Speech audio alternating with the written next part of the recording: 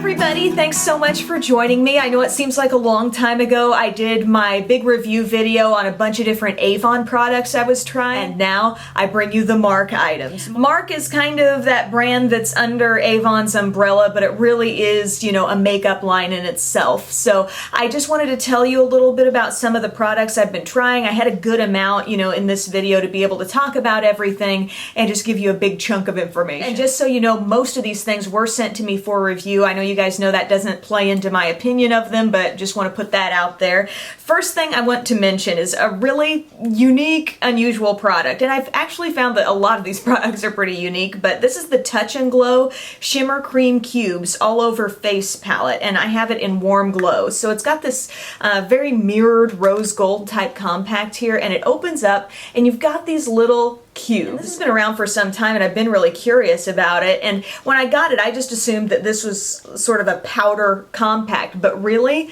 you can actually like press these down. They're like almost a really solid cream type texture. Well, I think that's cool, and I think this can give a really radiant look. Sometimes I feel like with my brush I don't really pick up a lot of the product on it, you know what I'm saying? Like I do when I run my fingers over it, see all that glow, and then I might just kind of dab that, you know, on my cheeks and get a little bit of shimmer and glow that way. But with a brush, I'm not quite sure what the best way is to use it. So maybe if you've tried this, you know, what's your favorite way to work with this stuff? But I could see each of these being, you know, like their own little eyeshadow maybe. You know, they've all got a little different tone to them, golds and bronzes. So I think it's pretty. I just want to know the best way to take advantage of the actual color payoff. Another thing that I really do like, and it's another unusual, I thought it was powder, but it turns out it's kind of a creamy product, and it's the On the Dot Eye Color Compact. I freaking love this. This is so cool. I've got it with a bunch of taupes and purples in it,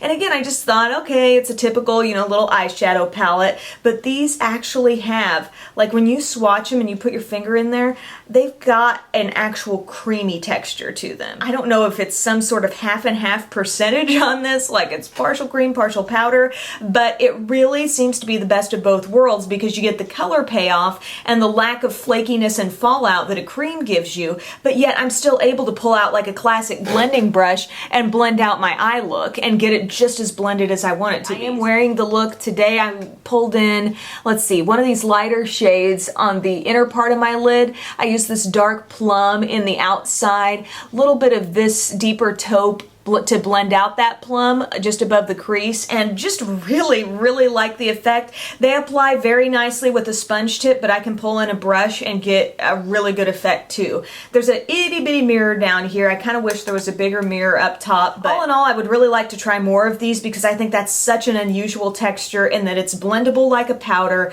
but just pigmented and rich like a cream. It's so cool. Now I'm going to pop open my Uni palette. This is not an Avon thing, but it's just where I'm keeping some of these other products, and I want to talk about these eyeshadows. Now these are the singles that I think you can get, and like you can buy a Mark compact if you want to put them in, like 4 of them or duos, or I'm not sure exactly on the size. These are like classic powder eyeshadows, okay, so nothing really unusual about these. They are really nicely pigmented. If you see just, you know, touching the product, that's the kind of color I'm getting off of them. I really like this deep purple especially.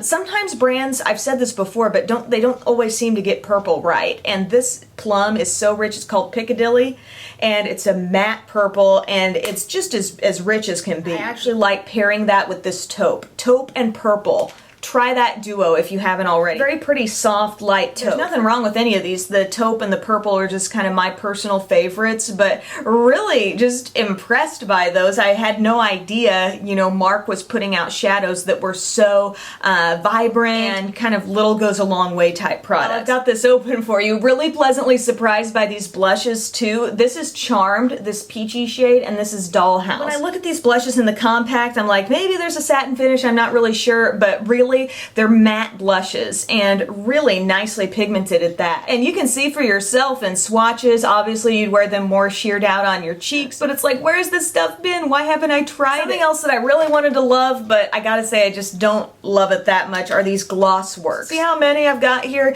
And something I instantly loved about them is that they are so true to color. Like this purpley color looks just like that, you know, this pink, the coral, very full color, like what you see is what you get. That's great. The texture of these though is thick and I think it's pretty sticky. I've got kind of a tolerance for a certain amount of stickiness, but I feel like these are just not super duper comfortable on the lips. I would compare it to this thing that I picked up, which has the Glow Baby Glow Hookup lip gloss.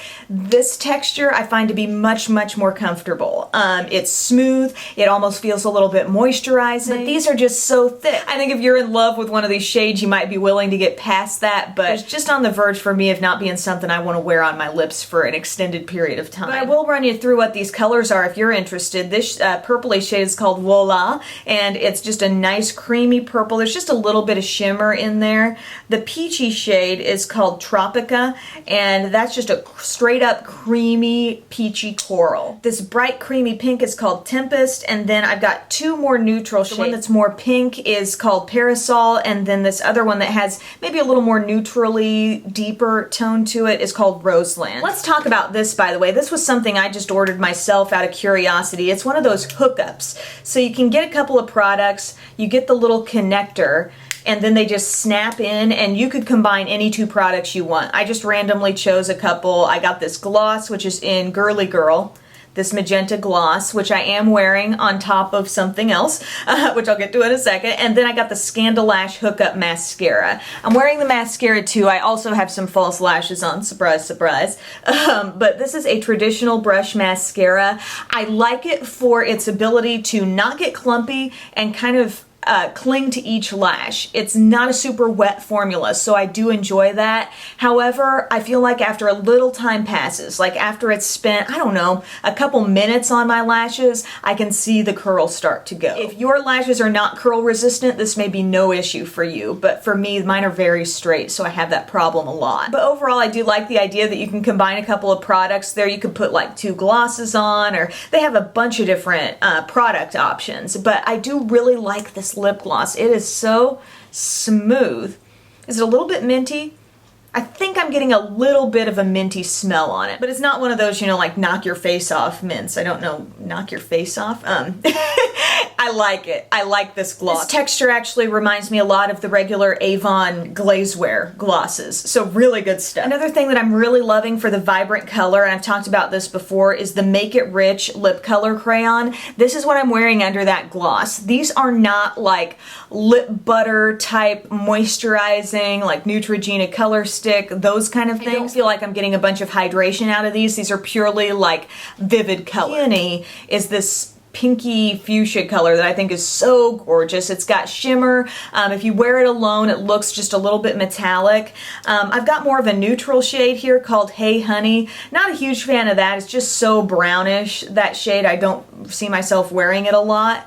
But another really festive one, I think, for the holidays is this one called Hot Sauce. And it is, you know, a vibrant red. I think it's not so much a blue-based red. It's got a little bit of orangey undertone there, but really bright and pretty. Finally, I have some of these No Place to Run Longwear eyeliners. The story on these for me is that when I first got them, they were smooth as silk and didn't smudge. You know, the kind of liner that sets to a finish where you could rub on it and whatever and it stays put.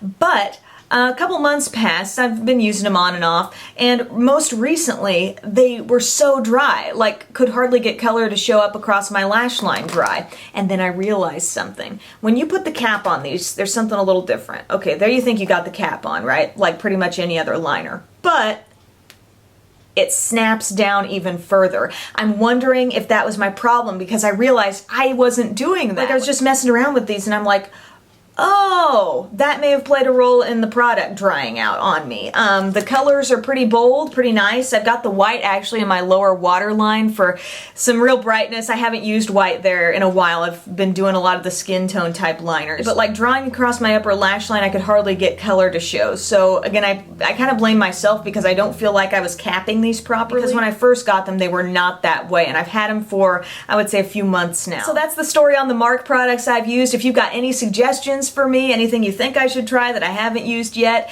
please let me know, and thanks for watching. Bye.